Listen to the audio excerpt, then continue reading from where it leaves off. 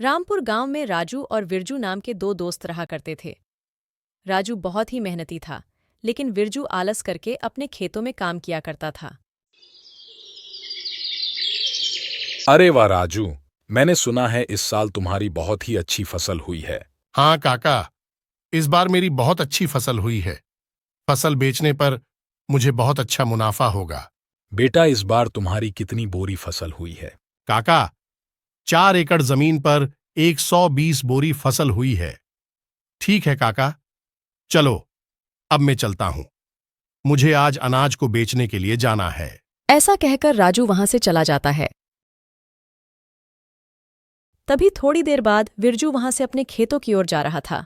अरे विरजू बेटा, कहाँ जा रहे हो? काका, खेत की फसल की बोरियां आज सुबह मैंने जल्दी भर दी थीं, तो उन्हीं को लेने जा रहा हूं। विरजू बेटा, तुम्हारे पास भी 4 एकड़ जमीन है ना? तो तुम्हारे खेत में इस बार कितनी फसल की बोरियां हुई है? हाँ काका, मेरे पास 4 एकड़ जमीन है और मेरी जमीन पर इस बार 1 एकड़ में 15 बोरियां हुई है, तो 4 एकड़ की 60 बोरियां हुई हैं। क्यों विरजू बेटा, तुम्हारे खेत में 60 बोरी की फसल ही क्यों हुई है? तुम्हें पता है तुम्हारा दोस्त जो राजू है उसके पास भी 4 एकड़ जमीन है। उसके खेत पर 120 बोरियों का अनाज हुआ है, जबकि जहां तुम दोनों के खेत हैं वहां की जमीन तो एक जैसी ही है। क्या कहा काका? मेरे दोस्त राजू के खेत में इस बार 120 बोरियां की फसल हुई है, लेकिन उसने तो मुझे बताया ही नहीं। ठीक है काका, चलो मैं चलता हूं। फिर शाम को विरजू अपनी फसल बेचकर अपने घर लौट जाता है। फिर विरजू फसल के बारे में सारी बात अपनी पत्नी को बताता है। मुझे पता है आपको 60 बोरियों का नुकसान क्यों हुआ है, क्योंकि आप अपने दोस्त राजू की तरह मेहनत नहीं करते, इसलिए आपको 60 बोरियों का नुकसान हुआ है। क्योंकि आपका जब मन होता तभी खेत जाते हो, और अगर यह सब रहा तो कैसे चलेगा? अरे तो इसमें मेरी भी क्या गलती है? मुझसे जितना होता है मैं वो सब करता हूं। अब मुझे तुम ही बताओ, मैं इसके अलावा क्या करूं? आज आप अपनी जमीन को बेच दो और राजू की पास वाली जमीन को खरीद लो। अगर राजू की जमीन 4 एकड़ है तो आप भी पूरी 4 एकड़ जमीन को खरीद लो और राजू से कहो कि अब हम दोनों पूरी 8 एकड़ जमीन पर साथ मिलकर काम करेंगे। जो भी मुनाफा होगा दोनों बराबर बांट लेंगे। हाँ, तुम ये बात एकदम सही कह रही हो। मैं कल ही राजू के पास जाकर इस बारे में बात करता हूं, और मुझे जहां तक पता है राजू मेरी इस बात को टालेगा नहीं। फिर अगले दिन सुबह होने पर विरजू अपने दोस्त राजू के यहाँ जाता है। और राजू, कैसे हो तुम? विरजू भाई, मैं अच्छा हूं। आप बताइए, इतनी सुबह कैसे आना हुआ? राजू, हम दोनों बचपन के बहुत अच्छे मित्र हैं, तो मैं सोच रहा था कि मैं अपनी जमीन को बेच दूं और तुम्हारी जमीन के पास ही जमीन खरीद लूं, वो भी तुम्हारी जमीन के बराबर पूरी 4 एकड़। हाँ हाँ विरजू भाई, ये तो बहुत ही अच्छी बात है। खरीद लो, ये तो बहुत ही अच्छी बात है। मुझे एक अच्छा पड़ोसी मिल जाएगा। लेकिन राजू, अगर तुम्हें ऐतराज ना हो तो हम दोनों मिलकर तुम्हारी और मेरी जमीन पर खेती करें, क्योंकि दोनों अलग अलग मेहनत करने से अच्छा है दोनों एक जगह ही मेहनत करें। इससे हम दोनों को अच्छा मुनाफा भी होगा। हाँ हाँ विरजू भाई, मुझे इस बात से कोई ऐतराज नहीं है। चलो हम सेठ करोड़ीमल के यहां चलकर जमीन को खरीदने व बेचने की बात करते हैं, क्योंकि मेरे खेत की पास की जमीन सेठ करोड़ीमल की है। फिर वह दोनों सेठ करोड़ीमल के पास चले जाते हैं। सेठ जी, राजू के पास वाली जमीन जो आपकी है, मुझे उस जमीन को खरीदना है। हाँ तो खरीद लो, मैंने कब मना किया है? जमीन खरीदने के लिए पैसे लाए हो। दरअसल सेठ जी, बात ऐसी है, मैं अपनी 5 एकड़ जमीन बेचना चाहता हूं और राजू के पास वाली 5 एकड़ जमीन खरीदना चाहता हूं। तो खरीद लो, मुझे कोई दिक्कत नहीं है, लेकिन मेरी जमीन के बदले तुम्हारी जमीन और 4,000 रुपये चाहिए। लेकिन सेठ जी, लेकिन मेरी जमीन भी तो 4 एकड़ की है और आपकी जमीन भी तो 4 एकड़ की है, फिर आप मुझसे 4,000 रुपये और क्यों मांग रहे हो? देखो विरजू, जमीन की समय के हिसाब से कीमत होती है। अगर तुम्हें लेनी है तो 4,000 रुपये दे दो, वरना कोई बात नहीं। ठीक है सेठ जी, आप 4,000 रुपए और ले लेना, लेकिन आपकी वो जमीन मुझे दे दो। फिर विरजू सेठ करोड़ीमल से उसकी जमीन खरीद लेता है। सुनो भाई विरजू, तुम्हें कल से खेत में हल चलाना होगा, इसलिए कल सुबह तुम तैयार रहना। खेत जाने के लिए। अरे यार, हल चलाने में तो बहुत मेहनत लगती है। बैल के साथ साथ पूरे खेत में चलना पड़ता है। मुझे इस काम से बचने के लिए कोई ना कोई बहाना तो बनाना पड़ेगा। अरे सुनो भाई राजू, आज मेरी पत्नी के पिताजी का देहांत हो गया है, तो मुझे 12 दिन के लिए उनके वहां जाना पड़ेगा, और अगर मैं वहां नहीं गया तो अच्छा नहीं लगेगा। हाँ विरजू भाई, यह बात तो सही है। वो तुम्हारे पिता समान है, तो तुम वहां चले जाना। तुम्हारे हिस्से का काम भी मैं ही कर लूंगा। तुम बेफिक्र होकर चले जाओ। मुझे तो ऐसा लग रहा था कि तुम इस बात के लिए बिल्कुल नहीं मानोगे। तुम सच में मेरे बहुत अच्छे दोस्त हो। मैं 12 दिन बाद वापस आकर तुम्हारे साथ खेत में बहुत मेहनत करूंगा। फिर थोड़ी देर बाद विरजू अपनी पत्नी के साथ उसके ससुराल चला जाता है और इस बात से राजू बहुत परेशान हो जाता है। सुनो जी, आप इतने परेशान क्यों नजर आ रहे हो? क्या बात हो गई? अरे कुछ नहीं राजू, अपनी पत्नी के साथ उसके मायके गया है और खेतों में बहुत काम पड़ा है। अरे ऐसे परेशान मत होइए, वो जब तक नहीं आते मैं आपके साथ खेत में काम करवा लूंगी। फिर अगले दिन से राजू अपनी पत्नी सुमन के साथ मिलकर खेतों में काम शुरू कर देता है।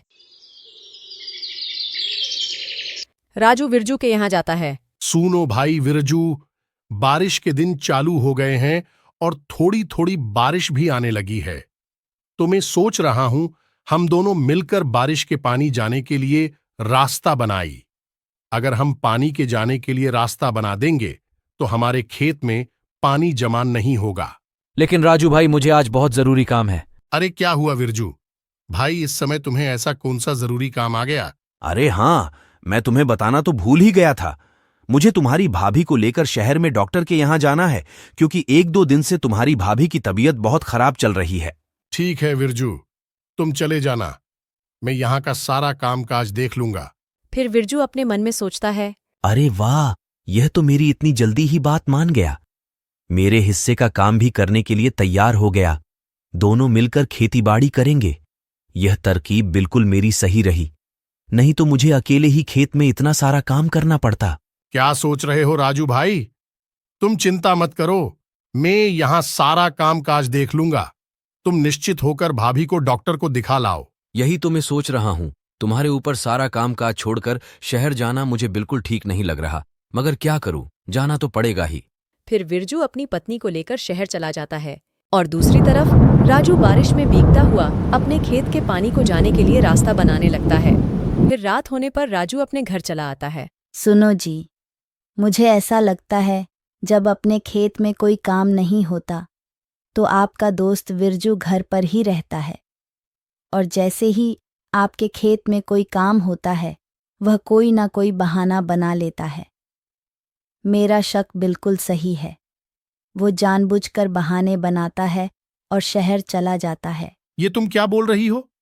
तुम ऐसा बोलकर मेरे और मेरे दोस्त के बीच झगड़ा करवाना चाहती हो।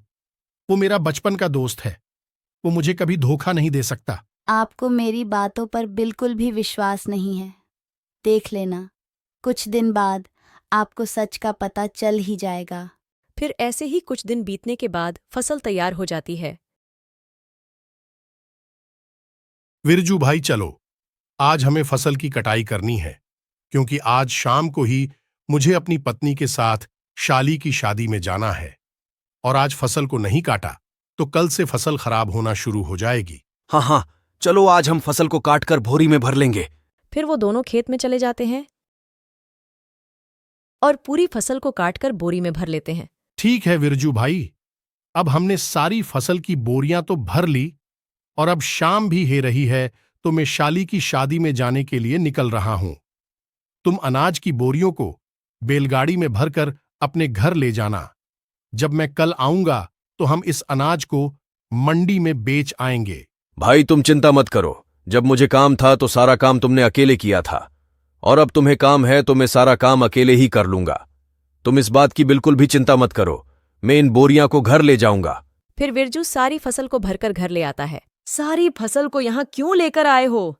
मंडी में बेचकर क्यों नहीं आए? वो क्या है ना, राजू अपनी शाली की शादी में गया है, तो जब वो लौट कर आएगा तब हम यह सारी फसल मंडी में बेच आएंगे। चलो, ये तो अच्छा है कि सारी बोरियां आप यहाँ लेकर आए हो। मेरे पास एक तरकीब है। बताओ बताओ, क्या तरकीब है, और यहाँ फसल को लाना क्यों सही है? देखिए, आपका दोस्त कल सुबह तक नहीं आने वाला, और इतने में हम इन सारी बोरियों को घर के पीछे वाली कमरे में रख दें तो सारी फसल का पैसा केवल अपना होगा। हाँ, यह बात तो तुम एकदम सही कह रही हो, लेकिन हम राजू को क्या बोलेंगे कि सारी फसल कहाँ गई? अरे इस बात की आप चिंता मत करो। कल सुबह जब आपका दोस्त फसल लेने के लिए आएगा तो बोल देना कि सारी बोरियां घर के बाहर ही रखी थीं और पता नहीं कौन ले गया। बस इतना ही बोल देना। इसमें आपका दोस्त क्या ही कर पाएगा, वो कुछ नहीं बोलेगा। अरे वाह भाग्यवान, तुम कितनी अक्लमंद हो, तुम्हारा कितना दिमाग चलता है। मैं तो केवल खेत में काम करने से ही बच रहा था और तुमने तो सारी फसल को ही अपना बना लिया। आप इस काम में बिल्कुल भी देरी मत कीजिए। आप सारी बोरियों को बैलगाड़ी से उतारकर घर के बाहर ही रख दीजिए ताकि गांव वाले भी देख सके कि बोरियां अपने घर के बाहर रखी है। फिर रात होने पर हम दोनों मिलकर बोरियों को छुपा देंगे। फिर रात होने पर दोनों पति पत्नी मिलकर सारी बोरियों को घर के पीछे वाले कमरे में छुपा देते हैं। फिर अगले दिन राजू विरजू के यहाँ आता है। अरे विरजू भाई, तुमने सारी बोरियां कहाँ पर रखी है? चलो आज हम उन्हें मंडी में बेच आते हैं। हाँ राजू भाई, चलो। फिर वह घर के बाहर जाते हैं। अरे बापरे, मैंने अनाज की सारी बोरियां तो यही रखी थीं। कहाँ गई बोरियां? अरे विरजू भाई, तुम ये क्या बोल रहे हो? कहाँ पर है सारी बोरियां? मुझे नहीं पता, मैंने सारी बोरियां कल शाम को यही लाके रखी थीं और सोचा यहीं से सारी बोरियां उठा के हम मंडी में बेचने चलेंगे। लेकिन अब क्या करेंगे, अपनी सारी बोरियां तो चोरी हो गई। क्या अपनी सभी अनाज की बोरियां चोरी हो गई? विरजू भाई, तुमने यह क्या किया? पूरी 6 महीने की मेहनत को तुमने चोरों के हाथों में सौंप दिया। मुझे तुमसे यह उम्मीद नहीं थी। अरे राजू भाई, ये तुम क्या बोल रहे हो? तुम तो ऐसे बोल रहे हो जैसे उस फसल में तुम्हारा अकेले का ही हिस्सा था और मैंने चोरों को जानबूझकर हाथ में दे दी हो। उस फसल में मेरा भी तो हिस्सा था, नुकसान मेरा भी तो हुआ है। हाँ, यह बात भी बिल्कुल सही है। चोर हम दोनों का ही हिस्सा लेकर गए हैं। हम दोनों को ही बहुत बड़ा नुकसान हुआ है। चलो ठीक है, अब मैं अपने घर चलता हूं। ऐसा कहकर राजू अपने घर चला जाता है। क्या हुआ जी, आप इतने उदास क्यों नजर आ रहे हो? फिर वह अपनी पत्नी को सारी बात बता देता है। अरे तो कोई बात नहीं, आप चिंता मत कीजिए। भले खेत में काम करने के लिए काफी समय है। जब तक आप अपने घर के बाहर वाले आंगन में सब्जियां लगाकर उन्हें बेचने का काम चालू कर दो। हाँ, तुम यह बात बिल्कुल सही कह रही हो। मैं कब तक ऐसे ही हाथ पे हाथ धरा बैठा रहूंगा? घर बैठे रहने से कौन सा मुझे पैसा मिल जाएगा? फिर राजू सब्जियां लगाने के लिए अपने घर के बाहर आंगन में खुदाई करने लगता है। तभी खुदाई करते करते उसे एक मटका मिलता है। अरे सोने के सिक्कों से भरा हुआ मटका है। यह तो मेरा अच्छा भाग्य है। अगर मेरी फसल चोरी नहीं होती तो मैं कभी यहां सब्जियां नहीं लगाता और ना ही यहां जमीन पर खुदाई करता। इनमें से एक सोने को सिक्का भी अगर मैंने बेच दिया तो मुझे मेरी फसल के बराबर पैसे मिल जाएंगे। फिर राजू अंदर जाके सारी बात अपनी पत्नी को बता देता है। ये सब भगवान की ही कृपा है, क्योंकि आप मेहनती इंसान हो। मेहनत का फल हमेशा मिलता ही मिलता है। और उधर दूसरी ओर, सुनो जी, आज रात को हम इस फसल को मेरे भाई के यहाँ ले जाएंगे और रात में वहीं रुक जाएंगे और कल सुबह इस फसल को शहर में ही बेच देंगे। हाँ हाँ, तुम बिल्कुल सही कह रही हो, हम ऐसा ही करेंगे। फिर विरजू और उसकी पत्नी उस कमरे में जाते हैं और देखते हैं कि उनकी सारी बोरियां खराब हो चुकी हैं। अरे ये क्या हो गया? हमने इनको यहां छुपाने से पहले यह तो सोचा ही नहीं कि अगर फसल को हवा नहीं लगेगी तो सारी फसल खराब हो जाएगी। ये सब तुम्हारी वजह से हुआ है, जो हमें अपने हिस्से में मिलने वाला था अब तो वो भी नहीं मिलेगा, चला गया। अब अपने हाथ से सब कुछ बर्बाद हो गए हम। और इसी तरह विरजू को उसकी लालच का फल मिल जाता है। इसलिए हमें किसी के साथ बुरा नहीं करना चाहिए।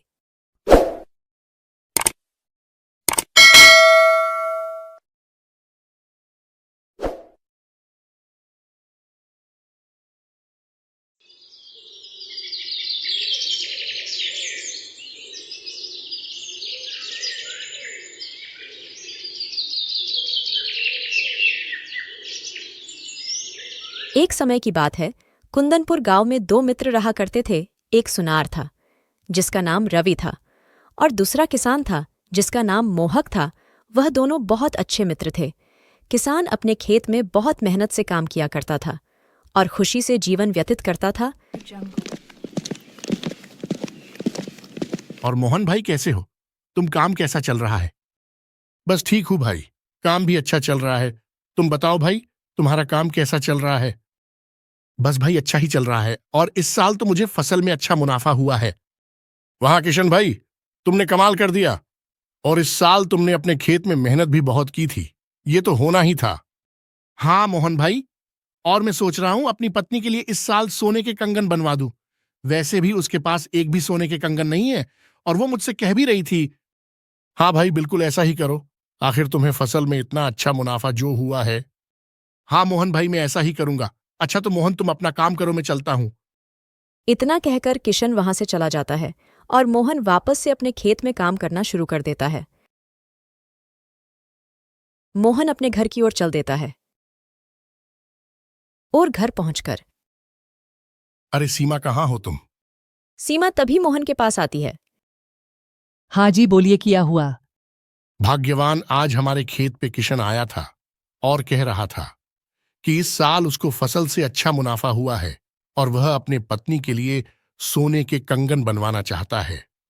अरे जी, तो इसमें क्या है? अब उसको इस साल फसल से अच्छा मुनाफा हुआ है तो वह अपने पत्नी के लिए कुछ भी बनवाए, हमें इससे क्या।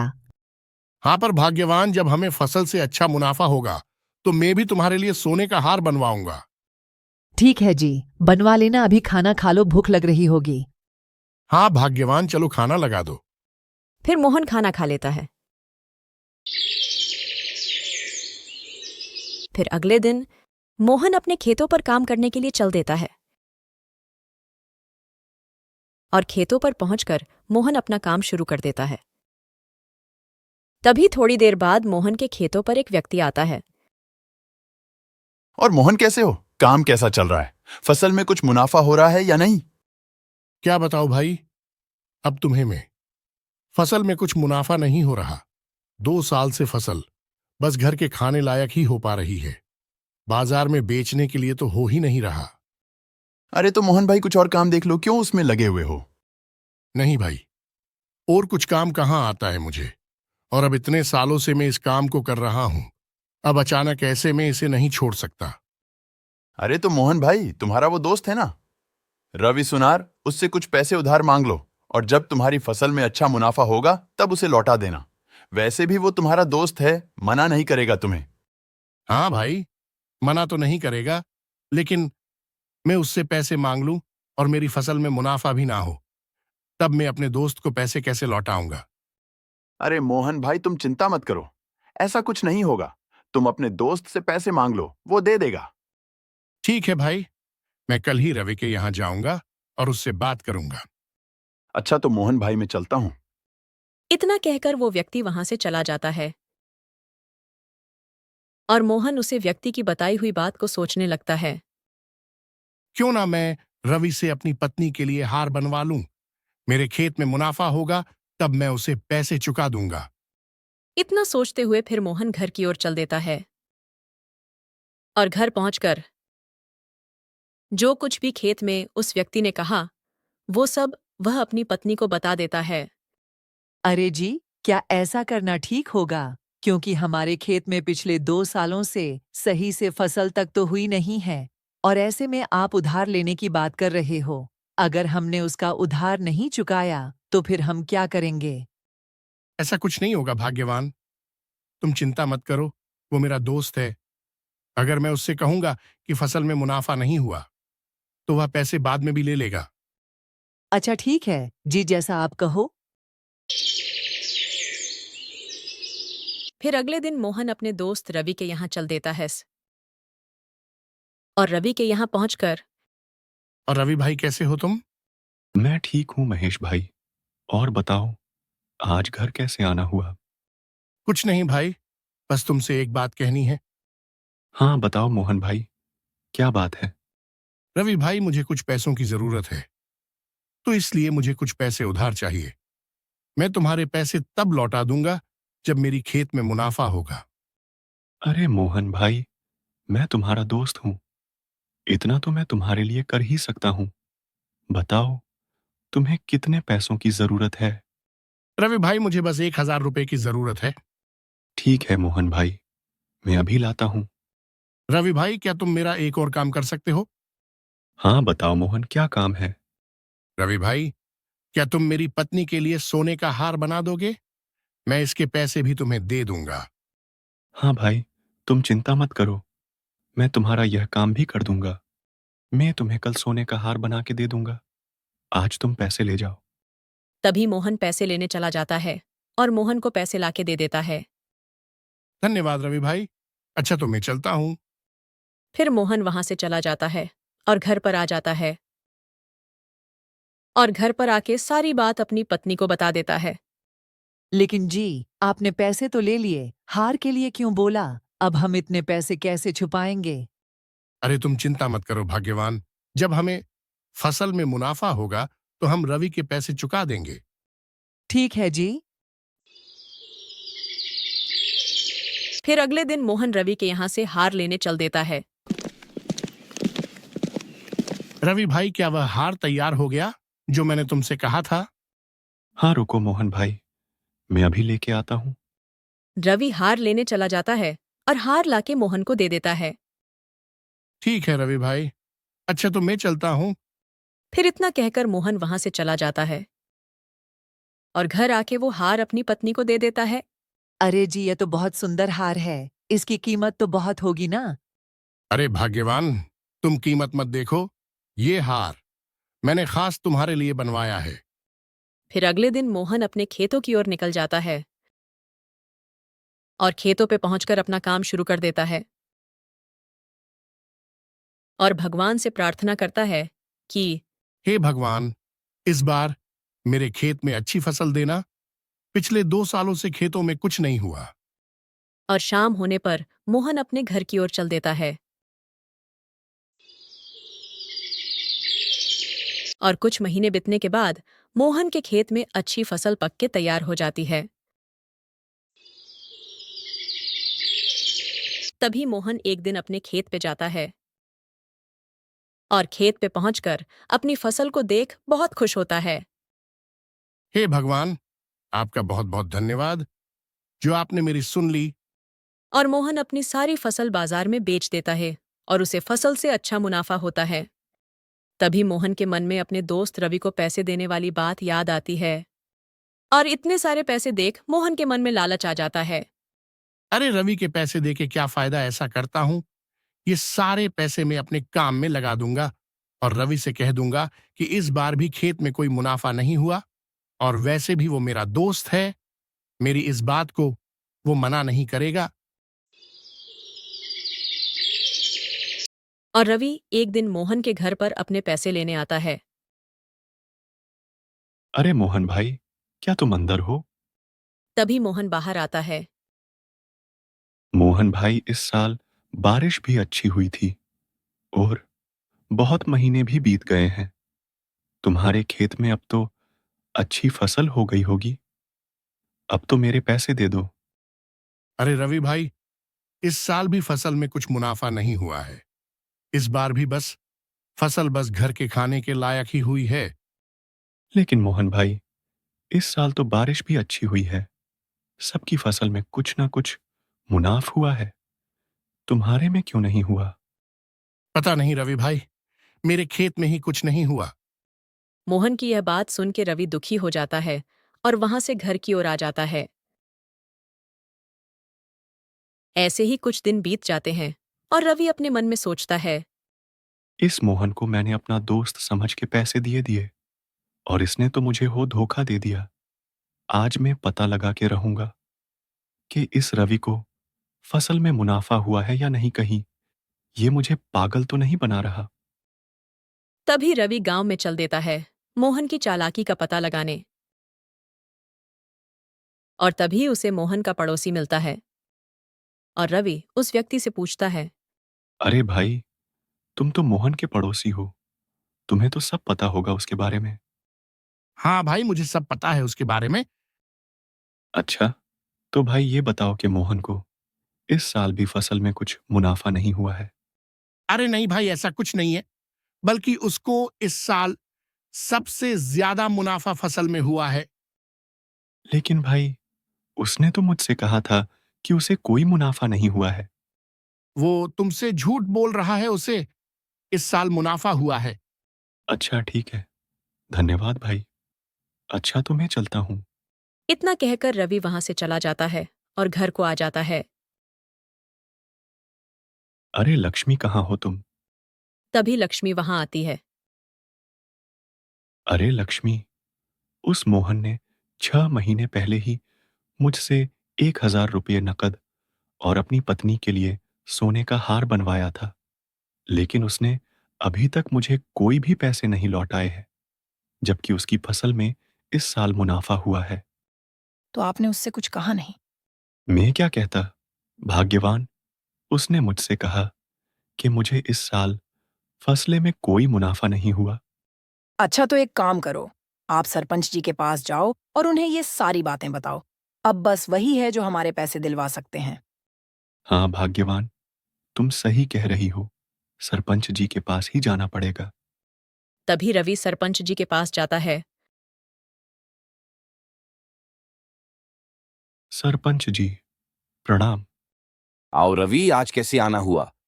सरपंच जी, वो मोहन है ना, उसने मुझसे 6 महीने पहले 1,000 रुपये और अपनी पत्नी के लिए सोने का हार बनवाया था, लेकिन सरपंच जी, अब वो मेरे पैसे नहीं दे रहा।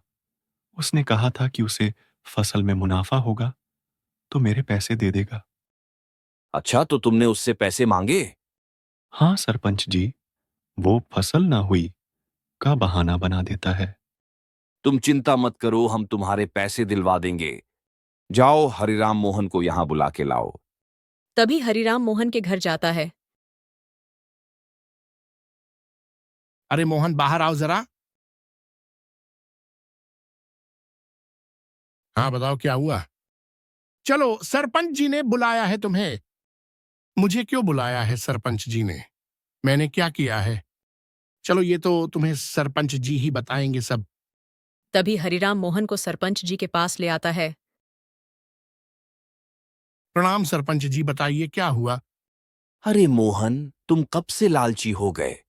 रवि ने तुम्हारे ऊपर भरोसा करके तुम्हें पैसे दिए और तुम्हारी पत्नी के लिए सोने का हार बनाया, और तुमने उसे ही धोखा दिया। मैंने कोई धोखा नहीं दिया है। इस साल मेरी फसल में मुनाफा नहीं हुआ है सरपंच जी। ठीक है, जाओ हरिराम मोहन के घर और देख के आओ। मोहन ने पैसे कहाँ छुपाए हैं? अगर पैसे मिले तो मोहन झूठ बोल रहा है, नहीं तो सच। तभी हरिराम मोहन के घर जाता है और घर पहुंचकर पैसे ढूंढने लगता है। तभी उसे वो संदूक मिलता है जिसमें पैसे रखे हुए थे, और वो संदूक वो सरपंच जी के पास ले आता है। क्यों मोहन, तुम तो कह रहे थे कि तुम्हें इस साले फसल में कोई मुनाफा नहीं हुआ है, तो फिर ये पैसे कहां से आए? मोहन, तुमने अपने दोस्त के साथ अच्छा नहीं किया। उसने तुम्हें बहुत भरोसा करके पैसे दिए थे। मोहन, तुम्हें ऐसा करने की वजह से गांव से बाहर किया जाता है। इस तरह मोहन को उसके किए की सजा मिल जाती है और रवि को उसके पैसे भी मिल जाते हैं। तो दोस्तों, इस कहानी से हमें ये सीख मिलती है कि हमें किसी व्यक्ति का भरोसा नहीं तोड़ना चाहिए।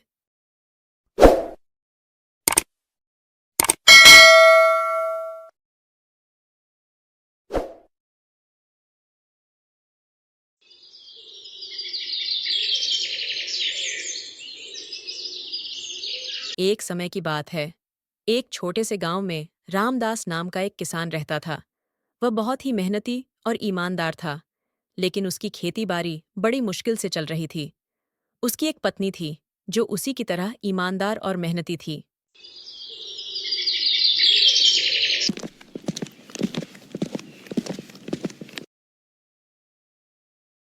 हे भगवान, आप तो जानते ही हो मैं कितना गरीब हूं। बहुत मेहनत करने के बावजूद भी मैं कुछ नहीं कमा पाता हूं। रामदास इतना कहकर फिर अपनी किस्मत को कोसता हुआ काम करना शुरू कर देता है।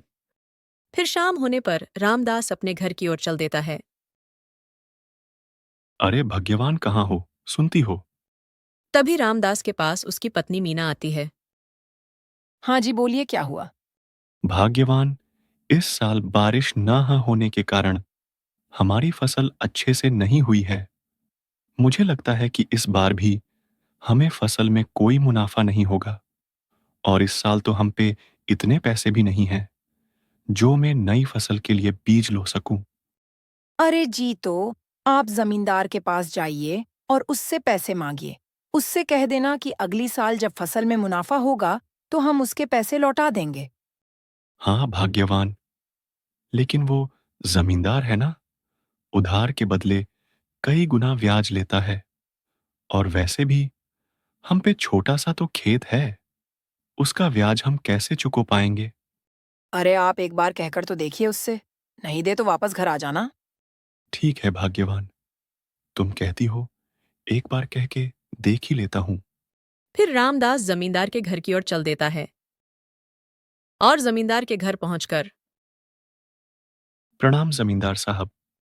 अरे रामदास, तुम बताओ आज कैसे आना हुआ? कोई काम था क्या मुझसे? हाँ जमींदार साहब, काम तो था। हाँ तो बताओ क्या काम है? जमींदार साहब, वो बात ऐसी है कि इस साल बारिश नहीं होने के कारण फसल में कुछ भी मुनाफा नहीं हुआ है, तो मुझे आपसे कुछ पैसे उधार चाहिए। देखो रामदास, मैं तुम्हें पैसे तो दे दूंगा, लेकिन तुम्हें पता है ना, मैं उधार के बदले 2 गुना ब्याज लेता हूं। जमींदार साहब, मैं एक गरीब किसान हूं, मैं आपको 2 गुना ब्याज कैसे दे सकता हूं? देखो रामदास, अगर तुम मुझे ब्याज नहीं दे सकते तो मैं तुम्हें पैसे नहीं दे पाऊंगा। जमींदार की यह बात सुनकर रामदास उदास हो जाता है और फिर वे अपने घर की ओर आ जाता है। भाग्यवान उस जमींदार ने हमें पैसे उधार देने से मना कर दिया। वह कह रहा था कि अगर हम उसे 2 गुना ब्याज नहीं दे सकते तो वो हमें पैसे उधार नहीं देगा। ठीक है जी, कोई बात नहीं। आप एक काम करना, मेरा सोने का हार है, आप उसे बाजार में बेच देना और जो उससे पैसे आएंगे उससे खेत के लिए बीज ले आना। नहीं भाग्यवान, वो हार तुम्हें तुम्हारी माँ ने दिया था, मैं उसे नहीं बेच सकता। अरे जी, वो हार अगर हमारे मुसीबत के वक्त काम नहीं आएगा तो कब आएगा? अब आप ज्यादा सवाल मत करिए, उसे कल सुबह बाजार जाके बेच आना। ठीक है भाग्यवान, जैसा तुम कहो। मीना रामदास को हार लाके दे देती है और फिर अगली सुबह रामदास उस हार को बाजार में बेचने के लिए चल देता है।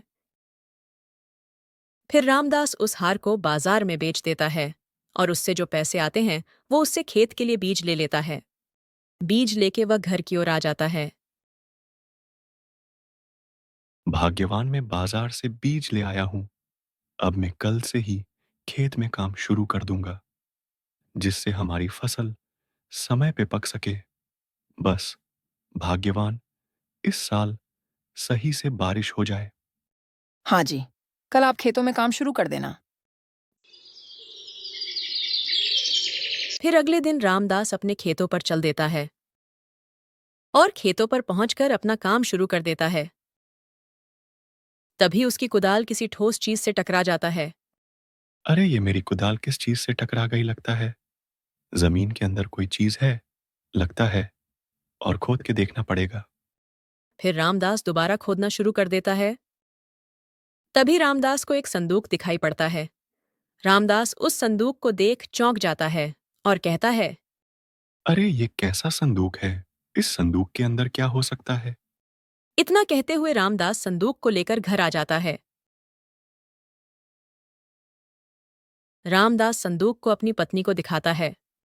अरे ये जी, आपको संदूक कहाँ से मिला और संदूक के अंदर क्या है? भाग्यवान, ये तो मुझे भी नहीं पता कि इस संदूक के अंदर क्या है। इस संदूक के ऊपर कुछ लिखा है, लेकिन इसने सालों से जमीन के अंदर रहने की वजह से मिट गया है। लेकिन जी, इस संदूक को खोलने का कोई तो तरीका होगा ना, या फिर यह संदूक बंद ही रहेगा? हम एक काम करते हैं भाग्यवान, हम एक पंडित जी को बुला के लाते हैं, सिर्फ वही बता पाएंगे कि यह संदूक कैसे खुलेगा।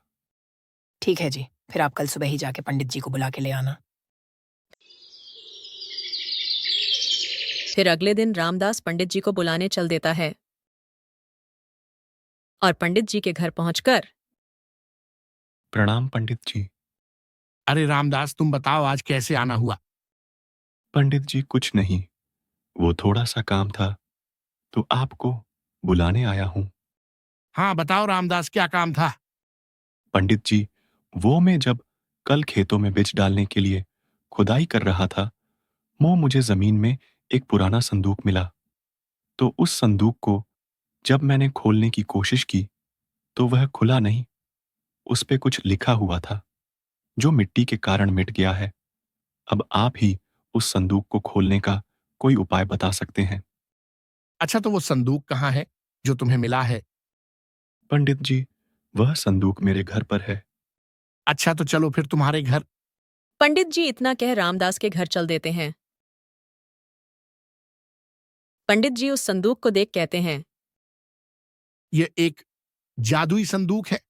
इसे खोलने के लिए तुम्हें अपने सही मन और सच्चे दिल से एक प्रश्न का जवाब देना होगा, तभी ये संदूक को तुम खोल पाओगे।